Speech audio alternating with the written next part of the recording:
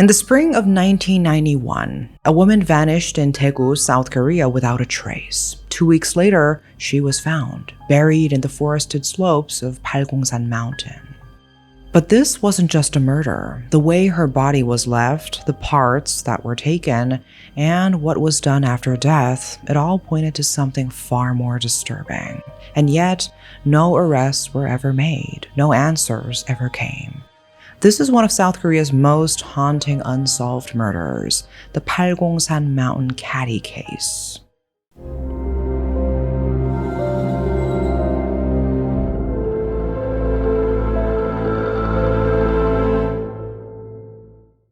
Palgongsan Mountain, tucked in Gyeongsangbuk-do, rising 1,192 meters above sea level, this is the tallest mountain near Daegu. Since the Goryeo dynasty, it's been known as a sacred place in Korean Buddhism. Many come to hike, to pray at the famous Gatbawi Buddha, or simply to enjoy the peaceful scenery with family.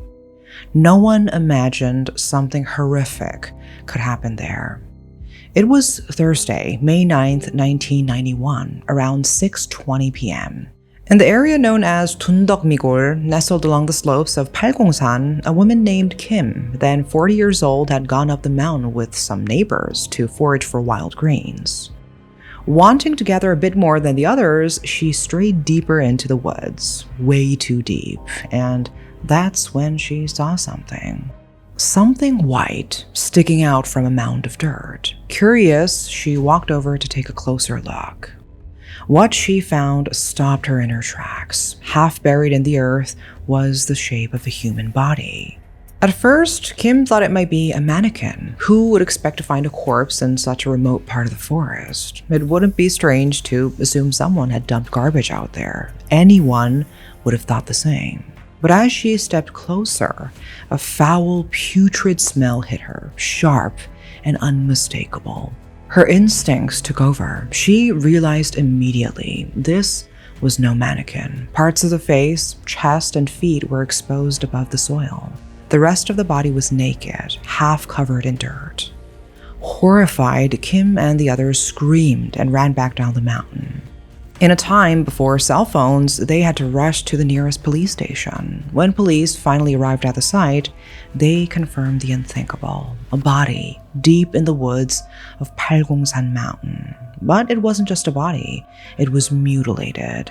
Buried about 70 centimeters deep, the corpse had decayed so badly that the face was unrecognizable. Yet, that wasn't the most disturbing part. Both hands were severed and were found next to her body. So were the breasts. The genital area had also been cut away with something sharp, something precise. Whoever did this hadn't just killed, they had carved. Then detectives noticed something else, something bizarre. The fingernails and toenails had been painted, bright red polish. It wasn't the victim's doing. Later, investigators learned the killer had painted them. And it added something grotesque, something theatrical. There were more signs on the body, deep bruises scattered across the skin. Experts later concluded that the victim had been violently beaten before death. Whoever did this hadn't just wanted to kill, they wanted to hurt her first, badly. But that wasn't all. Even though the victim could no longer speak, her body still told a story, one filled with horrifying details. For one, the cuts on the hands, the breasts, and the genital area, they were all different. Each varied in depth, in angle, in precision. And that led forensic experts to a disturbing conclusion. This was likely not the work of a single person. If it had been, there would have been a pattern, a consistent method. But there wasn't. Instead, it looked like at least 2 people had taken part in mutilating the body. And then something strange surfaced from inside the victim's internal organs: plankton. The National Forensic Service confirmed the finding. Plankton could only mean one thing. The body had been submerged in water for some time. Whether to hide it or for some other unknown reason, the killer had placed the corpse underwater before burying it in the forest. But here's the catch, there were no lakes or reservoirs near the victim's home, which led the police to believe that the body had been hidden in a reservoir or lake somewhere near Palgongsan before being moved. Authorities quickly sealed off the entire mountain area. A massive search followed, but no murder weapon was ever found, no tool, no knife, and not a single piece of hard evidence to explain what had happened. Only a few strange items turned up near the site: a black hair tie, a cigarette butt, and a 1.8-liter bottle of homemade liquor. But what made investigators freeze was what was inside the bottle: 2 live snakes. No one could explain it. Even now, the meaning behind the snakes remains a mystery. Some suggested the possibility of a ritual, something religious, maybe even occult, but that was only speculation. There was another problem. Police had no idea who the victim was. Her face was too decomposed to be recognized. There was no ID, no wallet, no clothing, nothing left behind. And fingerprinting was also impossible because the state of decomposition was too advanced. Eventually, police managed to identify the victim, barely. It was her teeth that told them who she was. Investigators gathered dental records from across the Daegu and Gyeongbuk regions, cross-checking them against missing persons reports. For 5 days straight, they compared each record, patient by patient, and finally, they had a match. The victim was a 26-year-old woman named Lee, who lived in the quiet neighborhood of Chijeodong in Daegu. She was known to those around her as graceful and strikingly beautiful. Young, full of energy, and in good health, she worked as a caddy at the Palgong Country Club, one of the more prestigious golf courses in the region. It wasn't a job that demanded attention, but for Lee, who took her work seriously and was known for her warm, easygoing nature, she left a strong impression on many of the club's regulars, especially the male golfers who often requested her by name. Then, without warning, she disappeared. On April 26, 1991, she was expected home after work, but she never showed up. Her phone went unanswered and there was no trace of her. Worried, her family filed a missing persons report the very next day. For 2 long weeks, they clung to the hope that she was still alive. Maybe she had run away. Maybe she had just lost contact. But that hope was brutally crushed. Her body was discovered in the remote woods of Palgongsan, mutilated, half-buried, and in an advanced state of decomposition. Investigators estimated she had been killed not long after her disappearance. The signs pointed to April 26 itself, or perhaps the night before. The most urgent question now became who had last seen her alive. In today's world, that question might be answered with a few minutes of CCTV footage. But in 1991, there were no security cameras on street corners, no digital footprints. Back then, everything hinged on eyewitnesses. So the police began tracing her final known steps, asking questions, retracing movements, relying entirely on memory. They discovered that on the night she vanished, Lee had gone out with 3 of her colleagues for drinks. Their destination was a popular spot in Daegu's Susong district, a nightclub called Tokyo. It catered to a higher-end crowd, wealthy men, professionals, officers. There, amid the noise and neon, Lee met 2 military officers. They seemed friendly. She chatted with them, and when the night ended, she left with them. That made them immediate persons of interest. But when brought in for questioning, the officers claimed they had done nothing wrong. They simply offered her a ride and dropped her off near her home. In another time, without witnesses, that could have been the end of it. But several neighbors had seen her get out of their car that night, alive, unhurt, and walking toward her home. Their testimonies lined up. The timeline held. And so the 2 officers, initially prime suspects, were cleared. With no one else to question, the police expanded the scope of the investigation. They went deeper into her life, her workplace, her acquaintances, her past. Everyone was a potential suspect. Men from the golf club, men from the nightclub, men who had crossed paths with her even once. In the end, more than 120 men were questioned. They came from all walks of life, young and old, white-collar and blue-collar, strangers, and familiar faces. Yet not a single one of them could be tied to the crime. And despite all the hours spent combing through witness statements, despite all the manpower poured into building a suspect list, the killer remained out of reach. So what should we focus on to understand this case and possibly uncover the truth? First, this was a planned crime. It was never spontaneous. You can tell just by how the body was handled. As mentioned earlier, the corpse had been submerged in water, then moved to the mountains. Why move it to the mountain? Because it was remote, isolated, a place where the body wouldn't be found easily. In other words, the killer already had a plan: where to hide the body, when to move it, and how to dispose of it. Second, the killer likely had a psychological disorder involving obsession or sexual deviance. The mutilation of the breasts and genital area points to something far more disturbing. This could suggest signs of paraphilic disorders, obsessive tendencies, compulsive behavior, even dissociative identity disorder. Some serial killers display these exact traits: a twisted urge for control, a fixation for certain body parts.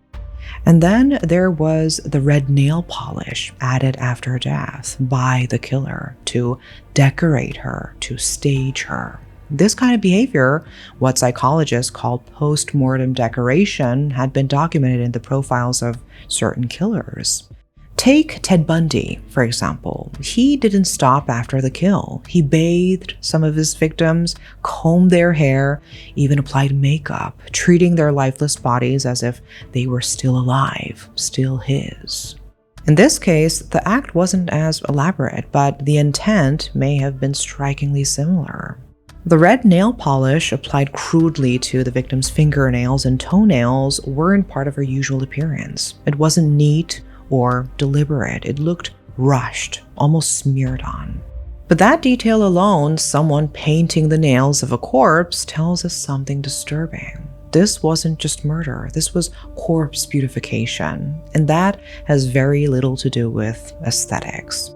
It's a psychological act, one that speaks to something much deeper, a refusal to accept the finality of death, an urge to restore life in a way the killer can control. It's about dominance, possession, a pathological belief that even in death, the victim still belongs to them. In some cases, it reflects necrophilic tendencies. In others, it's a symptom of dissociation or delusion. But always, it points to a severely disordered mind. And that's why investigators should have looked beyond just those who knew the victim personally. Anyone in the area, particularly near Palgongsan, who had shown signs of obsessive behavior, stalking, voyeurism, compulsive sexual behavior, or violent fantasies, should have been investigated. Third, the killer may not have known the victim at all, not a lover, not a friend, not even an acquaintance. Just someone watching quietly from a distance, someone who observed her routines, learned her movements, and waited for the right moment. To Lee, they were invisible, a stranger in the crowd. And that's what makes this theory so unsettling. Because how do you catch someone the victim never even knew existed? So why was the killer never found? A large part of the answer lies in how the investigation was handled. From the beginning, police worked under the assumption that this was a personal crime, one driven by jealousy, rejection, or rage.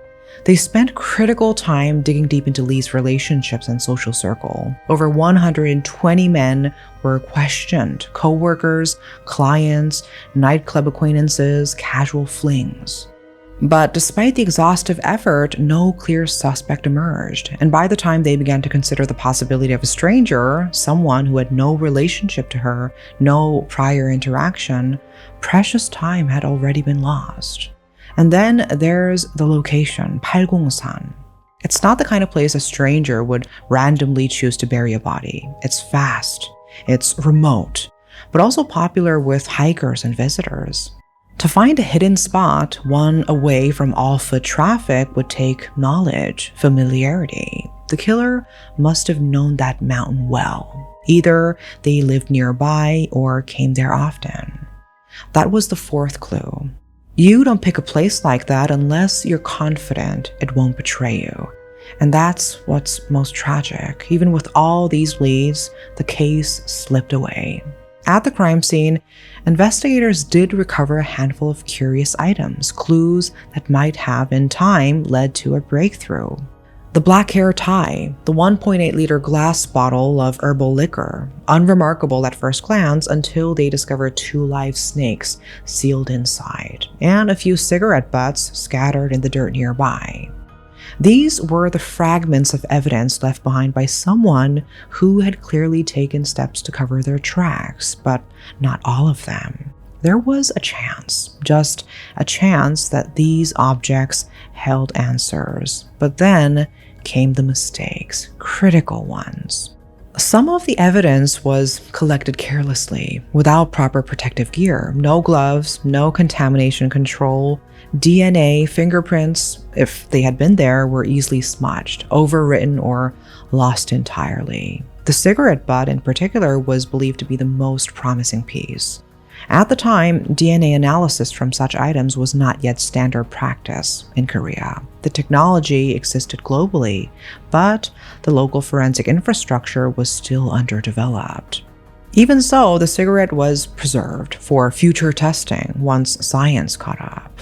But it never got that chance. The cigarette butt was lost somewhere between collection and storage during years of mishandling and disorganization. The one item that may have held the killer's DNA simply vanished. And that wasn't the only issue. There was no proper criminal profiling unit in Korea at the time, no behavioral analysis division to study what kind of person would mutilate a body, apply nail polish to a corpse, or possibly carry out a ritual with live snakes in a bottle.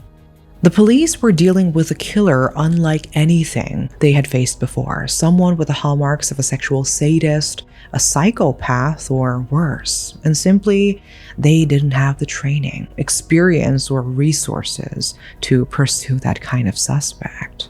So the case stalled, and then the calendar took its final toll. In 2006, the statute of limitations expired. 15 years had passed since Lee was killed. With that, the investigation was closed, not due to resolution, but because legally it had run out of time. Today, the statutes for murder had been abolished in South Korea. But for this case, the change came too late. The file was shelved, and the killer walked free. To this day, the Palgongsan Caddy murder remains unsolved. The way her body was treated, the mutilation, the staging, the calculated disposal, it didn't seem impulsive at all. It definitely had the hallmarks of someone who had done this before. And if that's true, then this may not have been their first time. Worse still, we don't know if she was the last. No one can say how many others have followed, unreported, unidentified, or simply never found. Because someone capable of this kind of violence doesn't always stop. They just get better at hiding it. So could modern forensic tools like advanced DNA analysis or cold case review techniques reveal something that was missed back then? Or could someone out there still know something they have never shared? The Hwasong serial murders were solved decades later, long after many believed the case was beyond reach. And perhaps, if we continue to ask questions, if we keep this case from fading completely, there may still be a chance to bring the truth to light and to give Lee the justice she never received. That is all for today. Thanks for watching.